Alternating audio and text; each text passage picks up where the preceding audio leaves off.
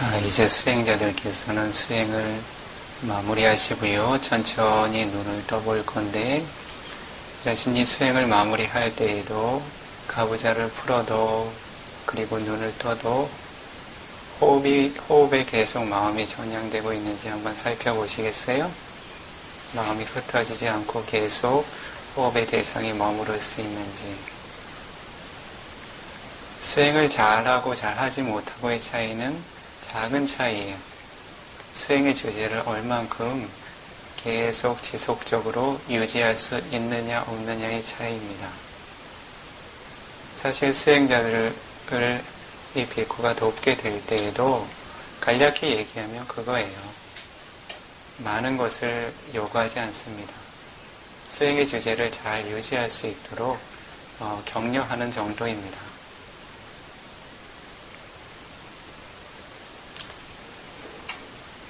아나파나사티를 잠시 경험해 봤는데 경험하기 이전하고 이후의 마음들이 조금 차이가 있으세요? 어떠세요? 있으세요? 어떤 큰일이 생겨났나요?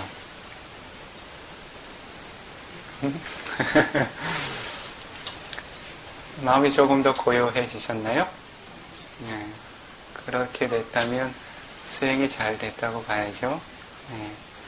오늘 그 삼기의와 계행에 대해서 그리고 아나파나사티에 대해서 설명하느라고 시간이 조금 많이 지체가 되세요. 수행하는 시간을 조금 약간만 이렇게 간략하게 가져봤습니다. 매일 법문하기 이전에 이렇게 수행하는 과정을 가질 거예요. 사실은 어제 이 장소에 그 선원장 수행자님과 다른 수행자들이 그렇게 부탁을 했습니다. 부탁을 했을 때 이 비구가 매우 기뻤어요. 왜냐하면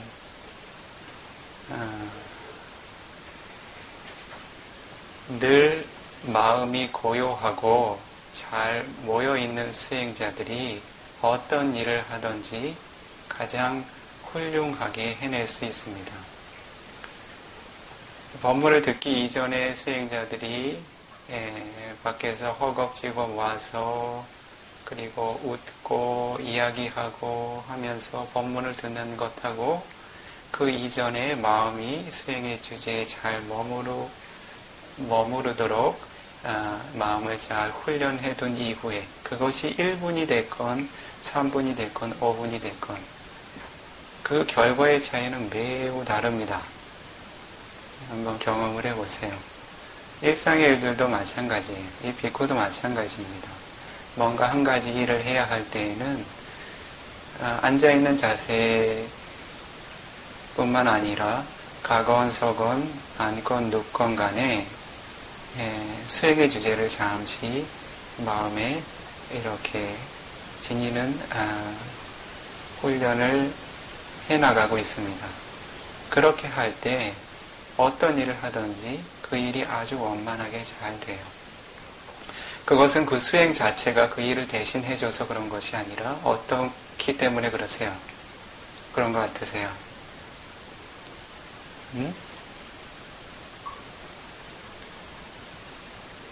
다들 삼매가 깊어서 말을 잊으셨군요. 번뇌가 적은 마음으로 행하기 때문에 그래요. 어떤 한 가지 일을 행할 때 그 일이 잘 성취되지 않는 것은 자신의 마음이 올바르지 못하다는 뜻이에요. 즉, 그 일의 성패를 떠나서 자신의 마음이 만족스럽지 못하다는 것은 자신이 균형 잃은 마음으로 한 가지 일을 행하고 있다는 겁니다. 이해하시겠어요? 그래서 어떤 일을 하든지 잠시의 그런 한순간의 일이라도 자신이 마음 집중을 잘 이루어서 행하게 되면 삶의 작은 순간들이 매우 기쁩니다. 매우 만족스러워요. 이전에는 자신이 뭔가 특별한 것을 찾아서 경험하고 즐겨야만 그런 만족이 생길까 말까 보장이 없던 그러한 종류의 기쁨들이 아주 사소한 자신의 삶의 영역에서 순간순간 생겨납니다. 그러한 것들을 스스로 개발해 나갈 수 있다면 좋지 않겠어요? 해답은 뭐라고요? 번뇌 없는 마음으로 살아갈 수 있는 훈련을 해 나가시는 거예요. 그래서 어떤 일을 행하든지 간에 5분 먼저 일찍 준비하시고 3분도 좋고 5분도 좋고 자신이 능숙하게 마음을 전향시킬 수 있는, 모아둘 수 있는 수행의 주제에 마음을 한번 이렇게 모아두고 마음을 고요하게 청정하게 만든 이후에 그러한 고요한 마음을 잘 유지하면서 지내보세요. 삶이 180도, 360도 달라질 수 있습니다. 믿으세요?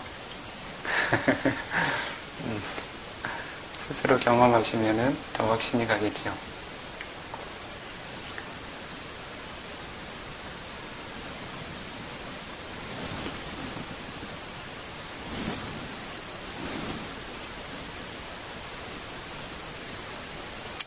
처음 뵙는 수행자들도 많이 있는데 소개도 안 했네요. 그죠? 이 비쿠를 만나야 보신 적이 있으신가요? 그런데 어떻게 오셨어요? 예, 법문 들으셨어요? 이 비쿠는 상가라키타라고 하는 법명을 지닌 출가승입니다. 출가수행승입니다. 출가한 지는 10년 가까이 되네요, 벌써. 10년은 안 됐고요. 가까이 돼가고 있어요. 근데 주로는 미얀마라는 나라에서 계속 출가 생활을 했고 수행을 해왔습니다. 한국에 들어와 있는 것들은 이제 잠깐 들어오는 정도인데 올해는 개인적인 사정이 있어서 조금 머무르는 시간이 길어졌습니다. 그래서 이렇게 수행자들과 시간적인 여유를 가지고 만날 수 있게 돼서 매우 반갑습니다. 사실은 지난해에도 이 직연명상원에 한번 초청받은 적이 있어요. 그때 3일이었나요? 2박 3일이었나요? 근데 그때는 좀 바빴죠. 시간적인 그런 충분한 여유가 없었고 또 이 비쿠도 그 시간 안에 수행자들에게 이익을 드리기 위해서 어떻게 뭘 드리면 좋을까 하다가 그렇게 3일이 아주 빨리 갔어요. 근데 올해는 이 비쿠도 조금 시간적인 여유가 있고요.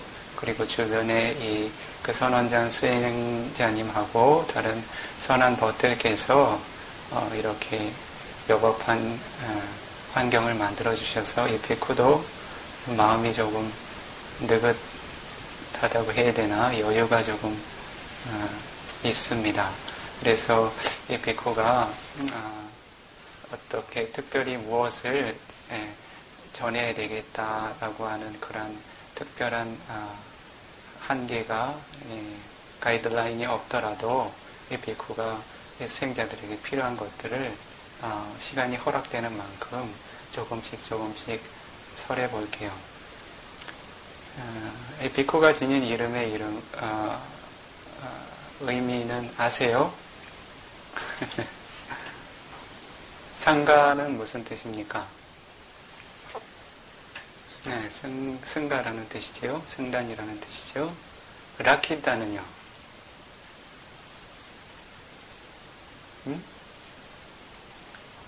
어떻게 하셨어요? 라카라고 하는 어원에서 나온 말이에요. 라카이타라고 하는 두 가지의 어원과 전미어가 결합된 말입니다. 보호한다는 뜻이에요. 전미어가 붙으면 보호하는 이 혹은 보호받는 이, 상가를 보호하는 이, 그런 의미를 지니고 있습니다. 상가라키타라고 합니다. 앞으로 짧게는 5일 수행자들과 만나갈 건데 이 비쿠에게 혹시 이렇게 부족한 점이 있다 하더라도 이 비쿠가 행하는 선한 의도들을 먼저 보시고 그런 것들은 수행자들께서 너그럽게 이해하실 수 있도록요. 이 비쿠가 먼저 수행자들께 그렇게 권고를 합니다.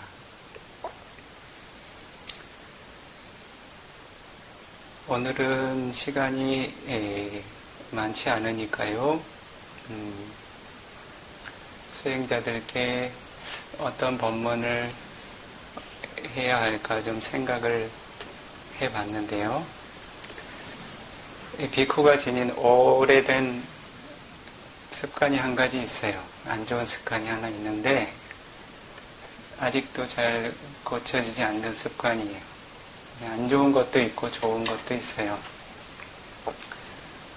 어떤 습관인가 하냐면 법문을 할 때 미리 준비를 안 한다는 거예요. 왜 그런지 모르겠어요. 예전부터 그랬어요. 아직까지. 그래서 사실은 이제 이 직연명상원에 초청받은 게 꽤 됐는데 오랜 시간이 이제 여유가 있었는데 어떤 법문을 하겠다 그런 게 구체적인 건 없었어요. 평소처럼. 비코 표현으로는 게으르다는 표현을 쓴 거예요. 좋지 않은 것은 왜 좋지 않느냐면 미리 준비를 하면 그래도 많은 문헌을 보고 조금 더 이제 많은 어떤 비코 스스로가 숙고할 수 있는 시간들, 이해할 수 있는 시간들, 그리고 이 비코가 이해하지 못하는 것들은 다른 문헌을 찾아서 많은 것들을 준비할 수 있는 그런 기회가 적다는 거죠. 그것은 좋지 않아요. 그런데 좋은 것이 뭐가 있는가 하냐면 수행자들과 더 교감할 수 있다는 거예요. 뭐라고 얘기해야 되나. 수행처에 와서 수행자들을 만나면 그때 법문 주제가 떠올라요. 예전부터 그랬어요. 그거는 잘 고쳐지지 않는 습관이에요. 그래서 그런 장단점이 있고 이 비코가 지닌 그런 부족한 점도 솔직하게 이야기해 둡니다. 그래서 올해도 마찬가지예요. 이 직연명상원의 수행자를 만나면서 하고 싶은 법문들이 한 가지씩 떠올랐어요. 그래서 그런 것들을 이렇게 잠깐 준비해 두긴 했는데 그 법문까지 진행이 될지는 모르겠어요. 오늘 내일 사이에 그런 법문이 진행될 거고 그 이후에는 또 어떤 법문을 할지 아직 생각이 없어요. 수행자들을 보고서 아마 마음에 또 갑자기 떠오를 것 같아요. 그런데 한결같은 것은 미리 걱정하지 않는다는 거예요. 이상한 습관이에요. 그래서 오늘 이렇게 생각해뒀던 법문 이전에 이제 여기서 계속 하루가 됐건 며칠이 됐건 다른 수행자들과 함께 이제 지내가실 거잖아요.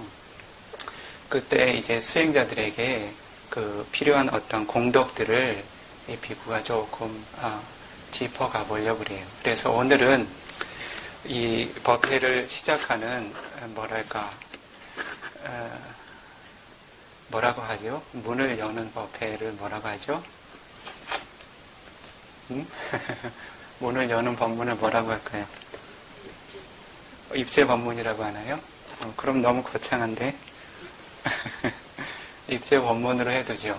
그래서 서로 조금 이해하는 그런 시간으로 갔죠.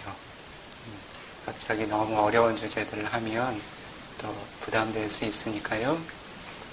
그래서 이 비쿠가 이렇게 수행자들을 처음 만나 뵐 때 이야기하고 싶은 것들을 솔직히 몇 가지 이야기를 해볼게요. 목소리 들리세요? 네. 비쿠가 좀 목소리가 원래는 조금 큰데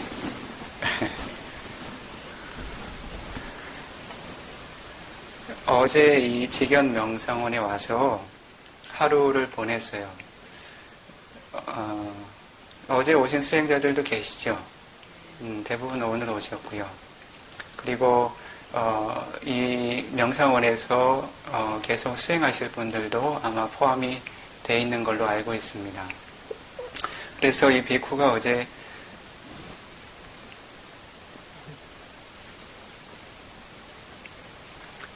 이 명상원에서 하루를 보내면서 느꼈던 점들을 몇 가지 얘기해도 될까요?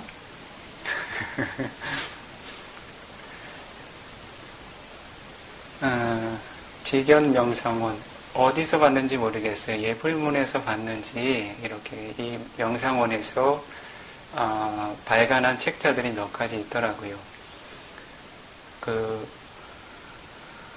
제가 법사 수행자께서 수행자들과 함께 이렇게 마음을 모아서 여러 가지 경전도 공부하고 수행해 나가는 그런 결실의 한 가지라고 생각을 합니다.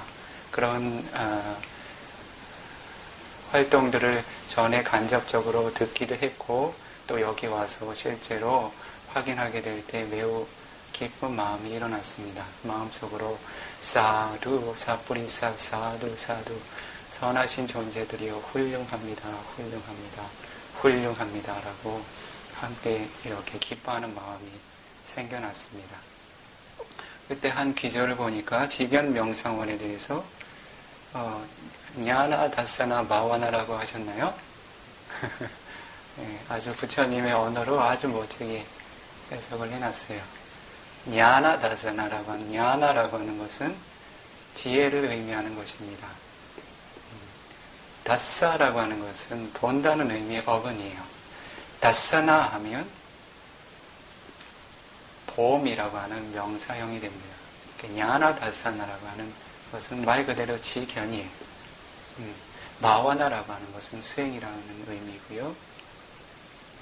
굳이 부족하게 이야기하자면 냐나, 다사나, 마와나, 가라라고 얘기하죠. 가라라고 하는 것은 집입니다. 명상하는 집이죠.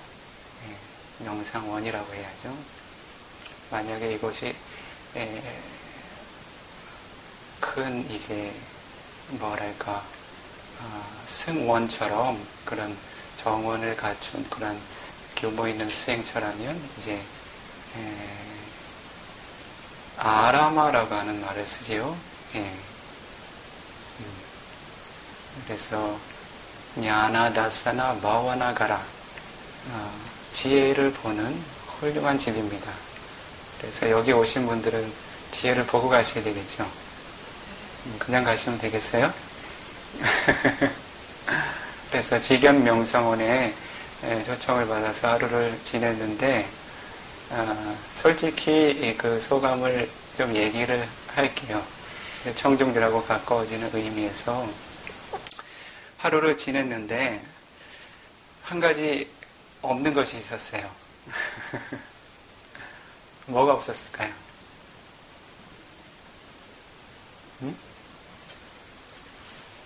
왜 대답들을 안 하세요?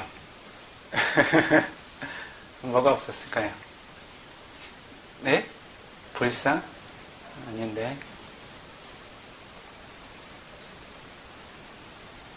아간뚜까 두카라는 게 없었어요. 두카는 뭐예요? 아간뚜라는 것은 도달한다라는 뜻이에요. 아간뚜까라고 하는 것은 도달한 사람을 의미합니다. 즉 다시 이야기하면 손님을 이야기해요. 처음 방문한 사람. 그래서 아간뚜까 두카라고 하는 것은 어떤 거예요? 손님들이 경험하는 종류의 고통이에요. 무슨 말인지 이해하세요? 낯선 장소에 가면 항상 어느 정도의 몸과 마음의 불편함은 있어요. 내 집이 아니기 때문에 나하고 익숙한 장소가 아니고 낯선 사람들이고 하기 때문에 내 집만큼 편하진 않아요. 그것은 모든 이들이 같은 마음들입니다. 비쿠들에게도 마찬가지. 이 아간뚜까 두카라고 하는 것은 존재합니다. 그렇기 때문에 부처님께서는 얼만큼 연민심으로 그 승단을 보호하셨는가 하냐면 이 아간두카라고 하는 방문 뭐라고 할까 한 사원에 방문하는 비쿠들이 있으면 그 비쿠들을 어떻게 따뜻하게 맞이하고 수발해야 되는지 계율의 측면에서 섬세하게 설해 두셨어요. 의무로서. 왜요? 승단의 구성원들이 서로서로 가족처럼 고통이 없이 지낼 수 있도록. 그래서 미리 나와서 마중하고 인사하고 발 씻을 물을 준비하고 바루를 받아들고 가사를 받아들고 그러한 것들이 율장에 모두 섬세하게 표현이 되어 있어요. 그래서 부처님을 존중하지 않을 수가 있겠어요? 존중한다는 것은 솔직히 이야기하면 아주 충만한 자애를 지닌 아버지와 같은 존재로서 느끼게 돼요. 비쿠들이 지닐 수 있는 그런 섬세한 고통마저도 부처님께서는 원치 않으셨어요. 제가자들도 마찬가지죠.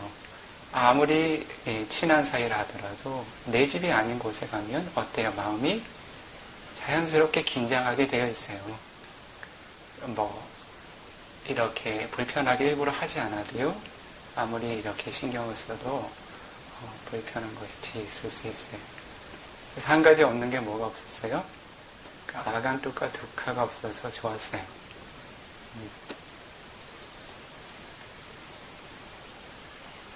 그 이유는 뭔 것 같으세요?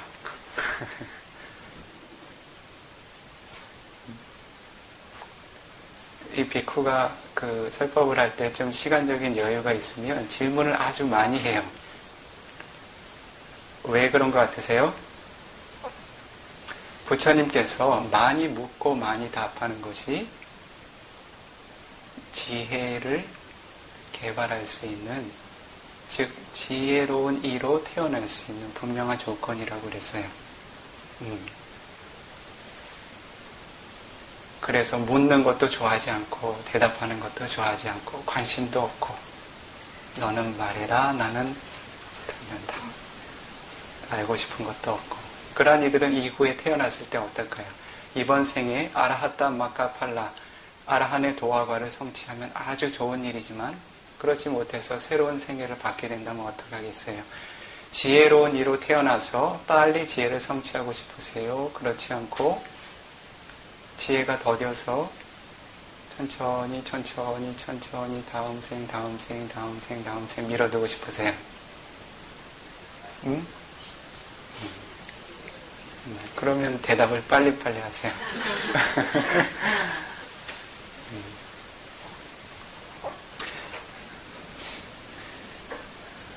그 이유는 그런 이렇게 처음 방문했을 때 마음이 이렇게 편안했던 이유는 그 수행자들이 지니고 있는 그러한 그 잘 정제되어 있는 몸과 입과 마음의 행위들 때문에 아마 그렇게 느꼈던 것 같아요.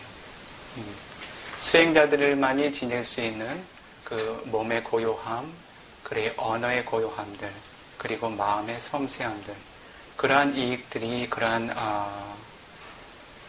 공덕들이 있었기 때문에 아마 마음이 편안했던 것 같아요.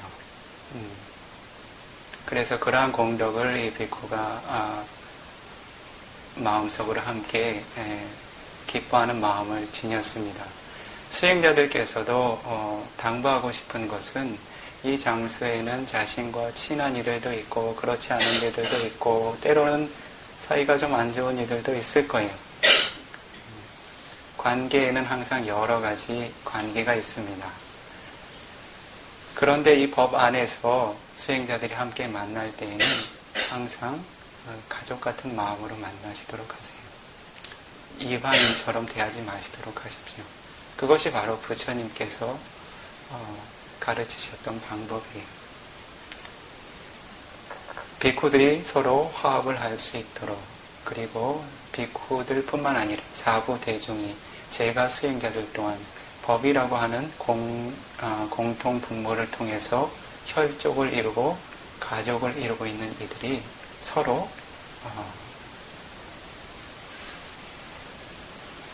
가치 없는 마음들로 분쟁을 일으키지 않도록 잘 화합하실 수 있도록 만약에 그런 자세를 지니고 있으시다면 앞으로의 시간들이 여러 가지 이익이 많을 거예요. 사람들이 모이는 장소에는 항상 견해의 차이가 있습니다. 그렇죠? 그런 것들이 없을 수는 없어요. 그런데 자신의 견해를 앞세우기보다는 잘 화합하고 이해하고 용서하는 자세로 자신의 마음을 길들여 간다면 그러한 견해의 차이들이 전혀 문제를 가져다 주지 않습니다. 그것이 바로 부처님께서 칼과 창을 쓰지 않고 대중을 잘 통일시키신 방법이에요. 그래서 여기 있는 수행자들께서도 서로가 그와 같은 몸과 입과 마음을 잘 쓰실 수 있도록요. 그 다음 한 가지는 이 비쿠가 아직까지 지니고 있는 세속적인 시선이랄까 그런 시선에서 온 것일지도 몰라요. 이 비쿠는 출가하기 전에 그 건축 디자인을 전공했어요. 그래서 집 짓는 일에 관심이 많아요. 그래서 이 비쿠가 이 장소에 왔을 때 처음 도달한 이가 가질 수 있는 생소함 아니면 불편함, 긴장감이 없었던 이유는 아마 이 공간 때문인지도 몰라요. 그것도 한 가지 이유가 될 수 있어요.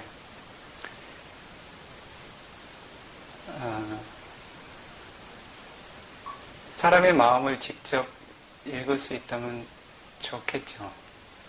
좋을까요? 네? 좋을 것 같으신 분들은 열심히 한번 닦아보세요.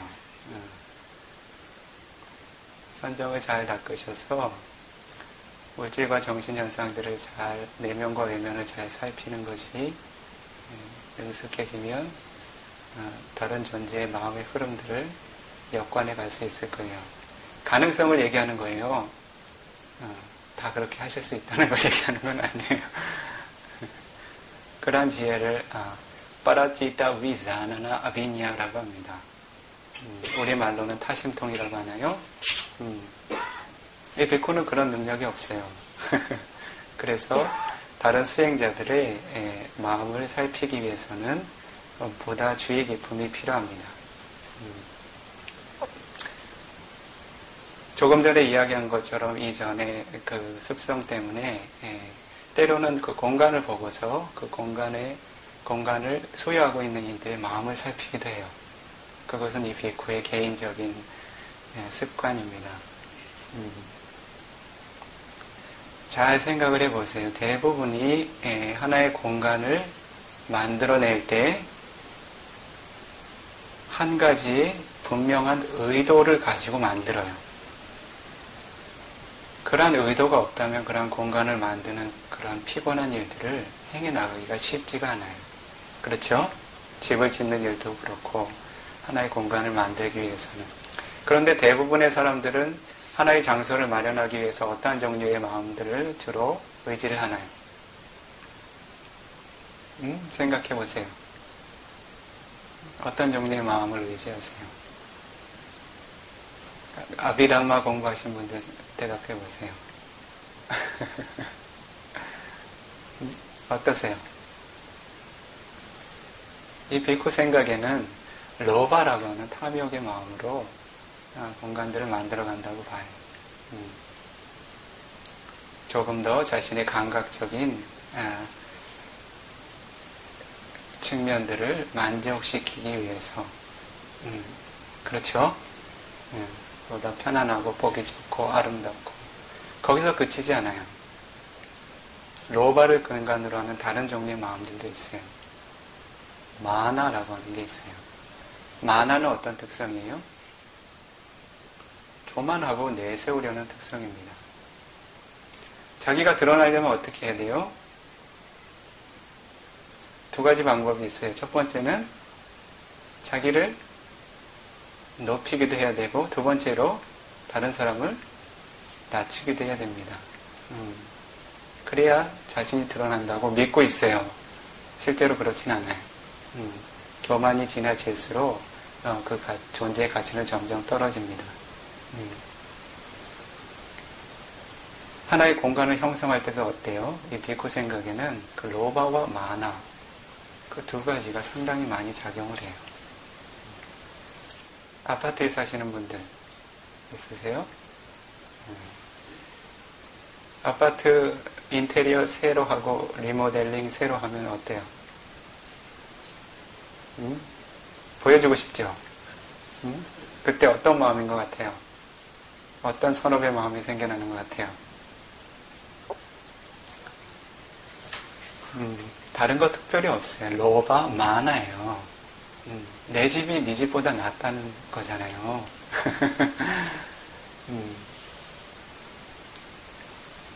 그 사람의 마음을 간접적으로 이해할 수 있겠죠. 또 다른 종류의 마음들이 어떤 것이 있을 수 있을까요?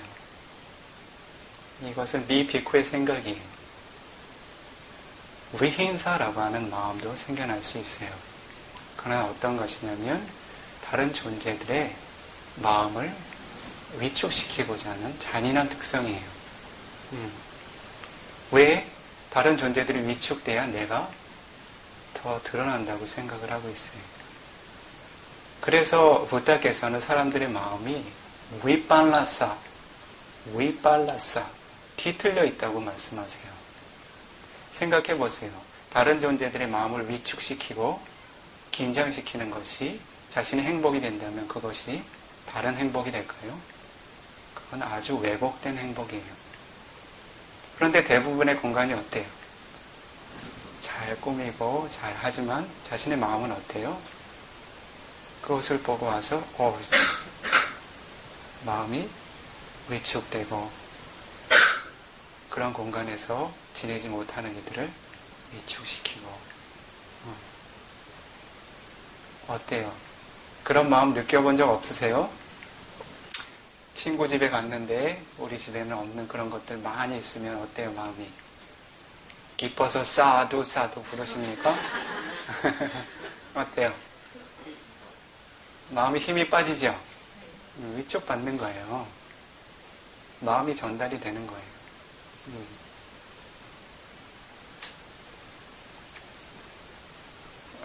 이 비쿠가 마음이 편안했다는 것은 그런 것이 없었다는 거예요.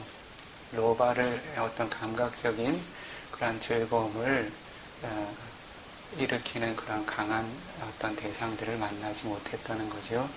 그리고 이것을 드러내고자 하는 어떤 그런 교만이라든지 아니면 이렇게 좋은 장소에 네가 온 거야 라고 마음을 위축시키고자 하는 그런 것을 느끼지 못했다는 거예요. 그래서 그 손님으로서 방문자로서 여겨야 할 마음의 긴장이 없었다는 거예요. 그런 거 같으세요? 그래서 존재들은 항상 지금 이야기한 것과 반대의 가치들을 키워나가실 수 있어야 돼요. 어떻게? 로바 아닌 알로바, 탐욕 없는 마음. 실제로 자신이 가치를 높이고 싶다면 100% 순수하게 베풀도록 하세요. 자신의 것은 생각하지 말고요. 그래야 자신의 가치가 정말 아름다워져요. 그렇지 않으면 다른 존재들이 자신을 존중하지 않아요. 자신의 집은 존중하지만 그 집주인은 존중하지 않아요.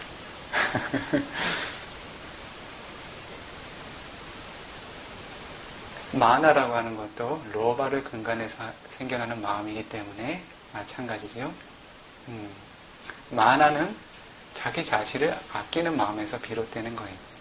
즉 자기 자신의 존재감을 높이고자 하는 마음이에요. 그렇기 때문에 그 근원은 로바 몰라찌타예요. 탐욕을 근간으로 한다고 보셔도 좋아요.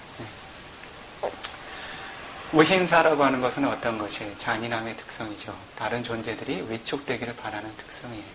그것은 선업이 아닌 것은 분명하죠. 그 반대의 마음들은 어떤 것이에요?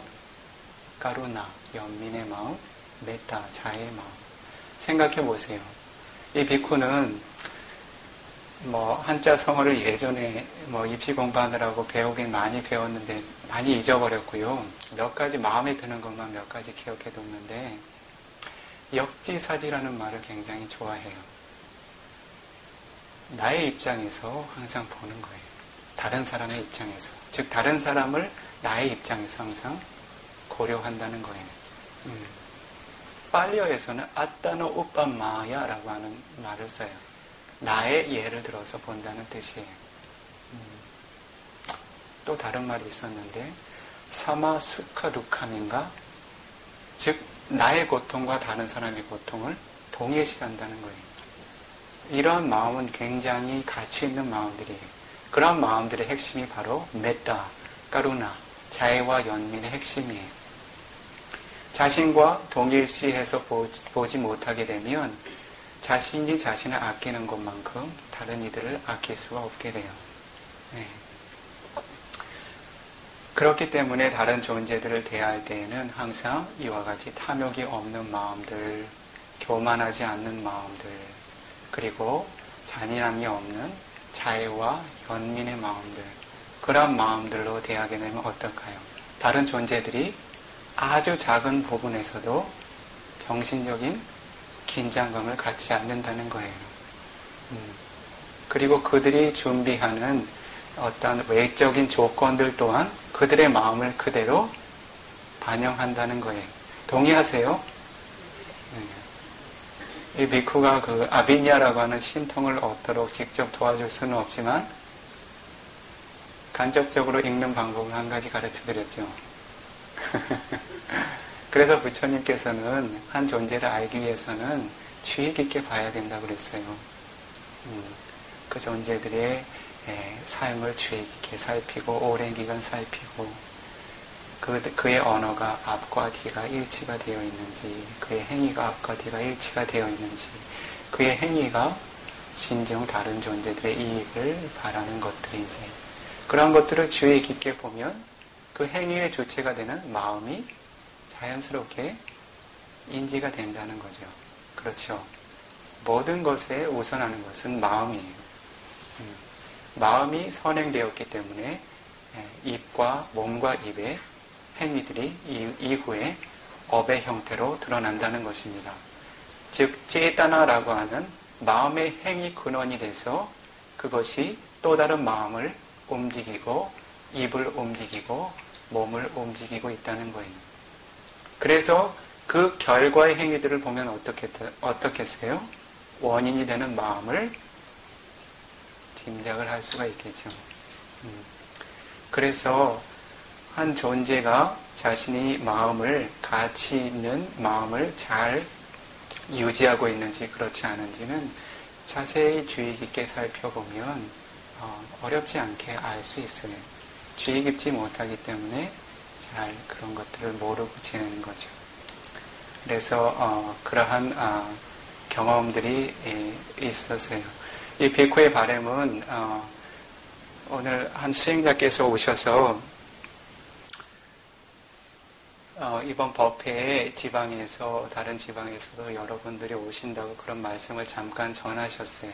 그래서 이 비쿠가 이런 이야기를 일부러 꺼내서 하는 이유는 그분들께서도 이 비쿠와 같은 편안함이 생겨나기를 바라는 마음에서 그래요. 그래서 아마도 그렇다고 이 비쿠는 믿고 있어요.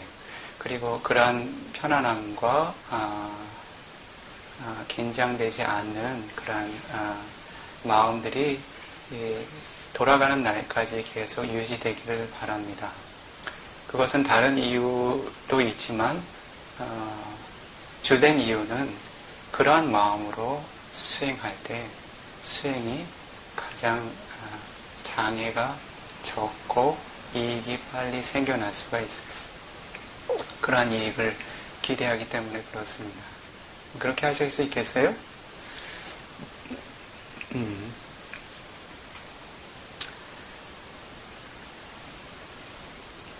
그리고 다음 한 가지는 이것은 어떻게 보면 개인적인 이야기일 수는 있지만 승단의 비쿠가 지녀야 할 그러한 조건들에 대해서 잘 배려를 하셨다는 거예요. 그러한 점이 아마 그 마음에 어떤 그 긴장이 없었던 그런 이유인 것도 같아요. 그런 것도 이 비쿠가 함께 이 자리에서 이야기를 하고 싶습니다.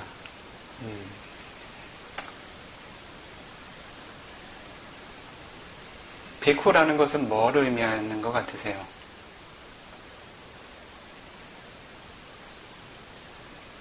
어떤 사람을 비쿠라고 부르나요? 출가자는 뭐를 부르는 거예요? 어떤 사람을 출가자라고 부르는 거예요? 여러분들도 수행하고 계시잖아요. 네?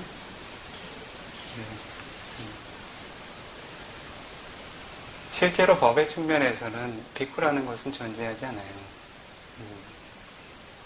그것은 끊임없이 하나의 흐름을 지니고서 업의 힘 때문에 하나의 흐름을 지니고서 생겨나고 있는 물질과 정신현상의 무더기를 부르는 이름일 뿐이에요. 그렇다고 머리를 삭도에 두고 가사를 거쳤다고 다 비쿠라고 부를 수 있을까요? 출가자라고 부를 수 있을까요? 어떠세요? 그런 사람을 보면 스님이라고 인지를 하시잖아요.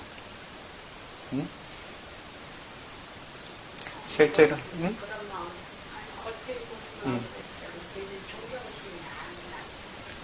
그렇겠죠.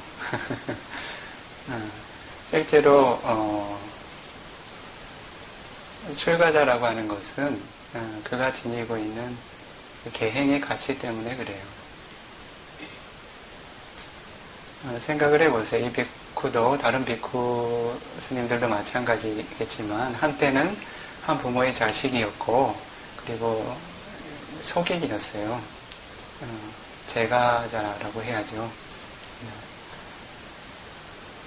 그 제가자의 삶을 태어났죠. 태어나면서부터 비쿠로 태어나는 사람은 없어요. 그런데 비쿠라고 하는 생명을 새롭게 얻는다는 것은 바로 새로운 계행을 내려받는다는 거예요.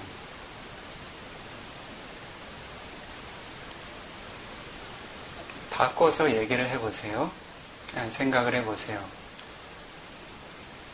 그렇다면 그러한 계행이 없는 출가 수행자를 생명이 있는 수행자라고 부를 수 있을까요? 어떻겠어요? 계행은 바로 출가자의 생명이라고 보셔야 돼요. 이 가사와 그 머리를 헤어스타일을 보고 이야기하는 게 아니에요. 계행이 전혀 없다면 출가자가 아니에요. 이 비쿠도 마찬가지. 이 비쿠에게도 그런 계행이 없다면 출가자라고 부를 수 없습니다. 일부는 지닐 수 있고 일부는 지닐 수 없다면 어떡할까요? 어떠세요?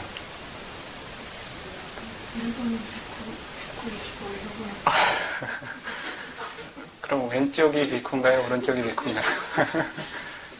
반을 가르면 어느 쪽을 택하시겠어요? 이 비쿠가 처음 출가했을 때 계사 스승께서 하신 말씀이 있어요. 계행이 없는 비쿠는 생명이 없는 비쿠하고 또 같다고 그랬어요. 그 다음에 허물이 있는 비쿠는 상처가 많은, 생명은 있지만 상처가 많은 비쿠라고 그랬어요.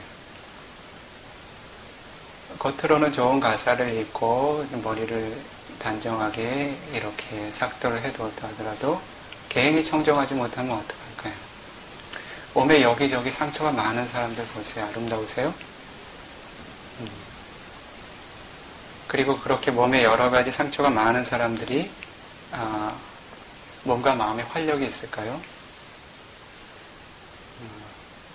활력을 갖기가 어려워요. 여러분들은 제가 수행자이기도 하지만 이 승단을 보호해야 할 의무도 있으세요. 왜냐하면 그 출가자들은 생계를 떠나 있기 때문에 그 생계를 제가자들로부터 의지받지 않을 수가 없어요. 가사라든지 공양이라든지 그리고 거처라든지 약이라든지 그러한 것들이 적절히 유지가 되지 않으면 출가자의 길을 걸어나기가 어렵습니다. 이 비쿠가 이야기하는 것은 좋은 것을 보시해야 그런 것들이 가능하다는 것을 이야기하는 것이 아니에요. 최소한 필요한 것을 자신의 생계를 의지해야만 하는 삶이라는 거예요.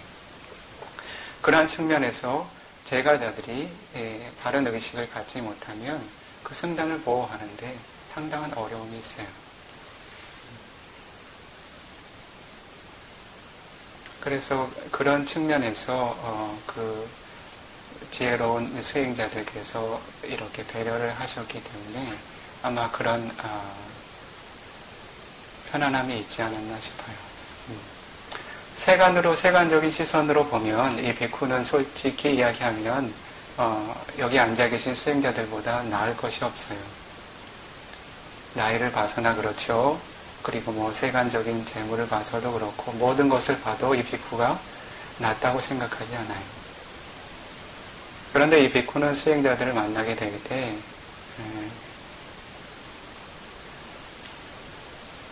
한 가지 정신적인 힘을 의지하는 것이 있어요.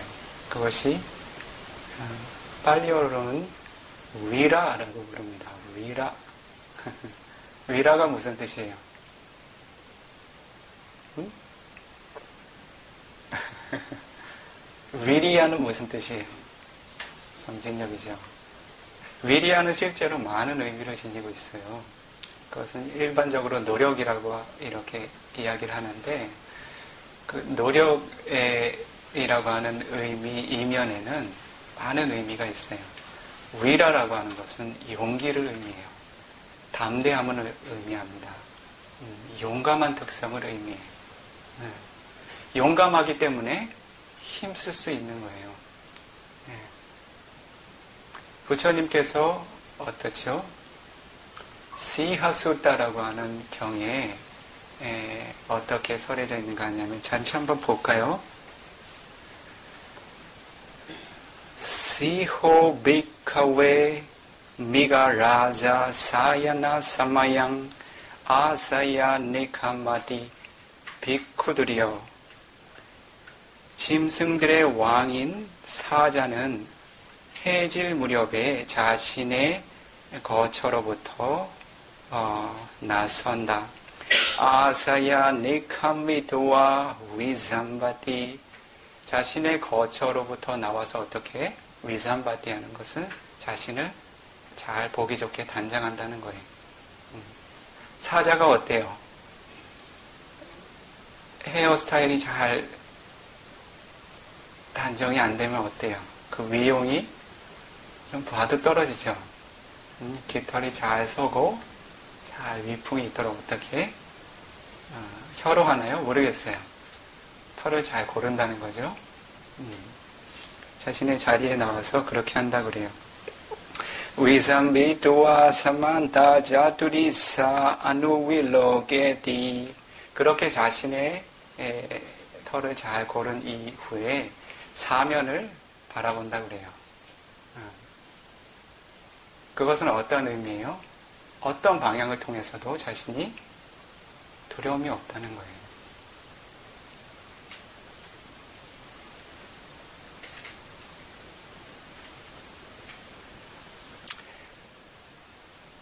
사만타 자투리사 아누윌로게도와 티카동 시하나당 나다티 사면을 그렇게 주시한 이후에 어떻게 해요? 시하나다라고 하는 것은 무슨 뜻이에요? 시하는 사자라는 뜻이고요. 시하나다라고 하는 것은 사자의 포효라는 뜻이에요. 사자후라는 말을 들어보셨죠? 사면을 향해서 포효를 한다는 거예요. 자신이 둘러봐도 거리낄 것이 없고 그리고 그러한 것을 자신이 용감하게 표출할 수 있다는 거예요. 시하나당 다시 하겠습니다. 띠카동 시하 나당 나디 도와 고자라야 바가마디. 그와 같이 사면을 통해서 사자후를 토해낸 이후에 자신이 갈 곳으로 향한다는 겁니다. 이럴 때 다른 동물들의 반응이 어떨까요? 예지 게지 베카웨 띠라차나 가다 바나 시하사 미그라니오 나다또 삽당 순난디. 대부분의 숲속의 짐승들은 이와 같은 사자의 포효를 듣게 된다 그래요. 듣게 될 때 어떻게 하냐면 예부예나 바양상 외강 산다상 아바잔디. 대부분이 어떠한 상태로 이르게 되냐면 바양, 두려움에 이르게 된다 그래요. 그리고 상외가 전율로 이른다 그래요. 전율은 두려움에서 오는 전율이죠. 그리고 산다상, 뭐라고 해야 되나, 놀라는 거 있죠. 긴장하고 깜짝 놀라는 그런 정신적인 상황으로 도달한다 그래요. 이 뒤에 보면은 어떤 짐승들은 소변을 저리기도 하고 대변을 저리기도 하고 그리고 흙 속에 머리를 파묻기도 하고 그렇게 두려움에 떤다는 거예요. 여기서 이야기하고 있는 것은 시하라고 하는 사자를 무엇에 비유해서 이야기하는 것인가 하냐면 바로 부다라고 하는 존재에 대해서 비유를 하는 거예요. 부다라는 존재께서 자신의 처소에서 나오실 때 어떻게 하세요? 가사와 바루를 챙기시죠. 그것은 사자가 바로 자신의 깃털을 잘 고르는 것과 같아요. 그리고 짜뚜 리사 알로가 4가지 방향을 주시하는 것은 어떠세요? 부처님께서 그냥 발길 닿는 대로 가셨나요? 어때요? 내비게이션을 사용하셨나요? 대연민심으로 존재들을 살피셨어요. 자신의 연민심이 지니는 그 영역을 무한대로 확장해서 모든 존재들이 지닌 그런 고통의 특성을 관하시고 그리고 자신이 법을 설하였을 때 그 법을 이해할 수 있는 존재들을 한시도 긴장을 놓지 않고 항상 그러한 존재를 찾으셨어요. 그렇기 때문에 사면을 늘 주시하는 사자와도 같았죠. 그렇게 해서 그 존재들에게 다가섰을 때 어떻게 해요? 시하나당 나다디 사자후를 토해내셨다 그래요. 그것은 어떻게 해요?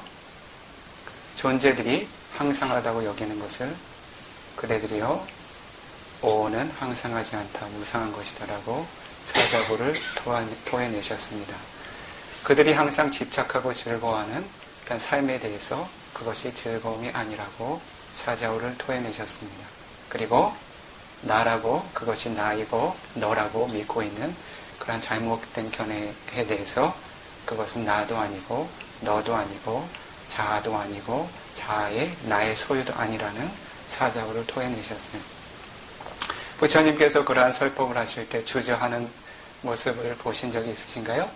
물론 못 보셨겠죠. 그런 일은 없었어요. 왜 그럴까요? 위라라고 하는 확신이 있었기 때문에 그래요. 용감한 특성이 있어요. 외부의 대상에 대해서 흔들리지 않는 그런 굳건한 마음이 있어요. 왜냐하면 사성제를 스스로 통찰에 아셨기 때문에 그것을 어느 누구도 부인하거나 거역한다고 해서 그것이 되바뀌어지는 그러한 순리가 아니라는 것을 아셨어요. 그렇기 때문에 사자후를 토해내실 수 있으셨다는 거예요.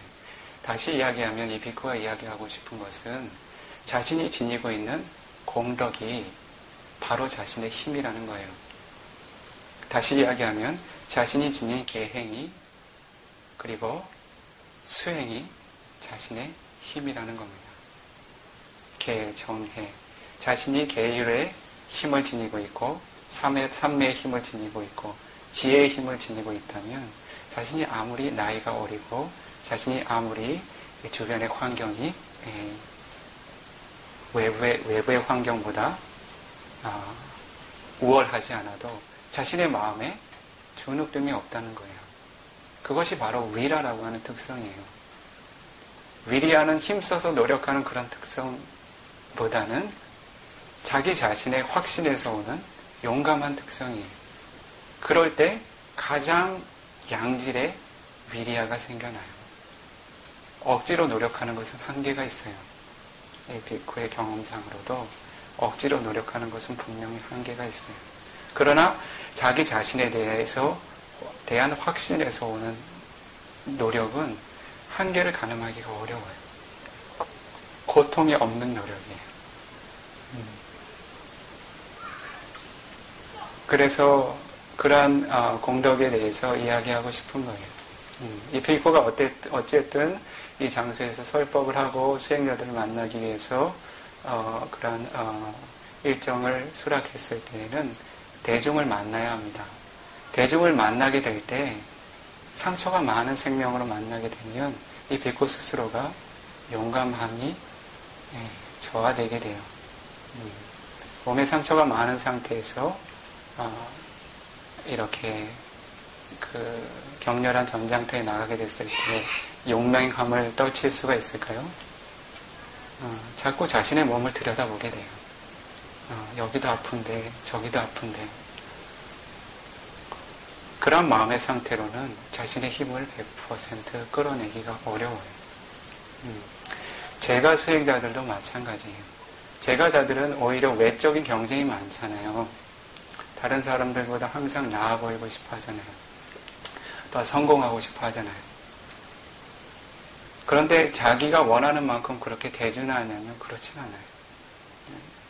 비쿠도 같은 경험을 예전에 했던 것 같아요. 항상 남보다 좋아 보이고 싶고 잘해 보이고 싶고 하지만 아무리 노력해도 만족이 없어요.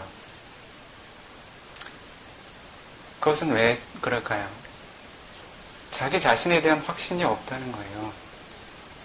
남이 잘나서가 아니라 나 자신에 대한 확신이 없다는 거예요. 즉 용감함과 담대함이 아직 없다는 거죠. 어떠세요? 동의하세요? 수행자는 자신을 먼저 채우실 수 있으셔야 돼요. 가장 먼저 수행자는 자신의 계율을 생명과 같이 지니실 수 있으셔야 됩니다. 그래야 자신이 어디를 가든지 간에 자신 스스로에 대한 확신으로 어떤 일을 하든지 간에 최상의 정신적인 힘을 끌어낼 수 있어요. 그렇지 않고 다른 물질적인 기준으로 자신의 가치를 따진다면 어떠세요? 그런 것들은 절대로 자신이 최상이 될 수 없어요. 생각해 보세요. 지금 남은 생 아무리 노력해도 세상에 그 많고 많은 사람들 다 따라잡을 수 있겠어요? 그런 일은 생겨나지 않아요. 진정한 가치가 아닌 것들을 진정한 가치라고 여기기 시작하게 되면 자신의 삶에 많은 손실과 허비가 생겨나게 돼요. 그렇게 힘들고 처량하게 애쓰다가 어느 한날 임종을 맞게 되는 거예요. 그렇지 않으세요?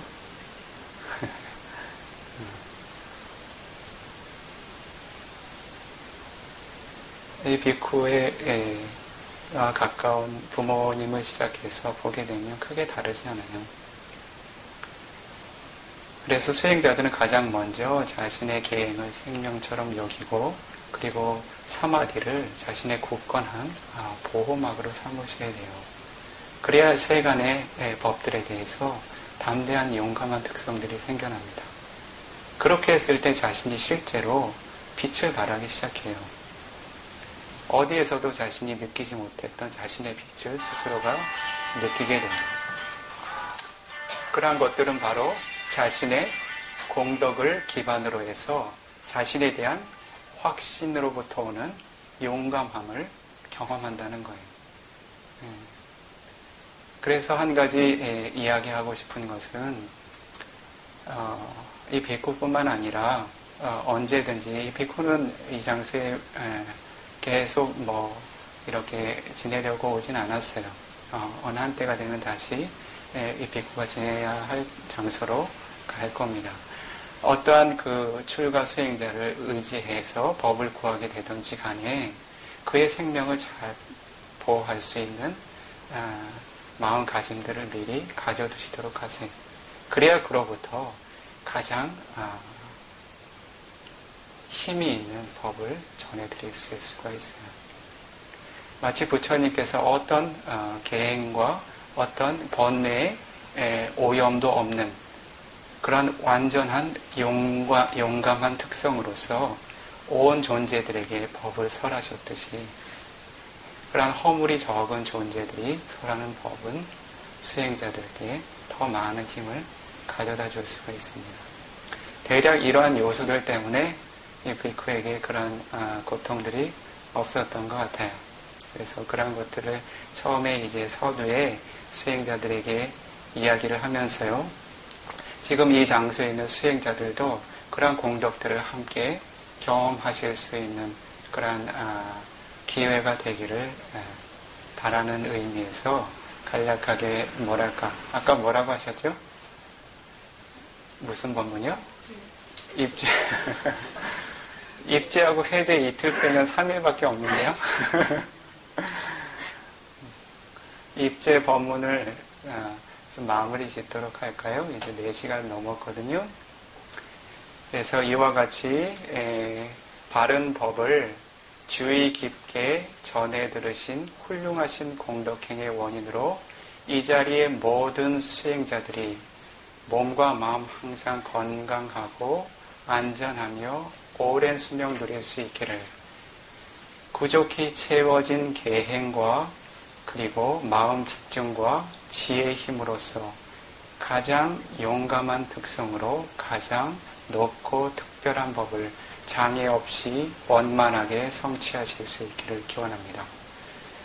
사두 사두 사두. 회양하셔야죠. 이람의 분량인가요?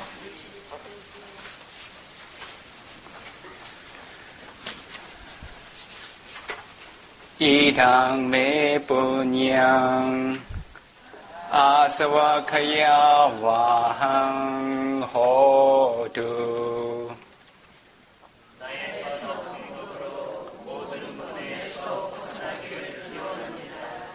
이랑메 분양 니바나사 파자요 호두. 나의 서서 공덕으로 니바나를 성취하는 조건이 되기를 기원합니다. 마마 분야 바강 사파사다낭 바세미.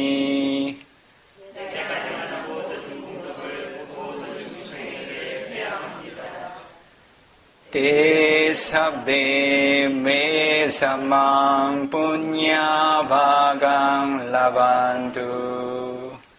나의 모든 성을 모든 중생이 똑같이 고르게 나눠 가지소서. 사두 사두 사두. 니빠나사 파자요 호두 수키 호두. 사두 사보리사 사두 사두. 이와 같이 선한 존재들의 공덕행들이 참으로 훌륭합니다. 참으로 훌륭합니다. 참으로 훌륭합니다.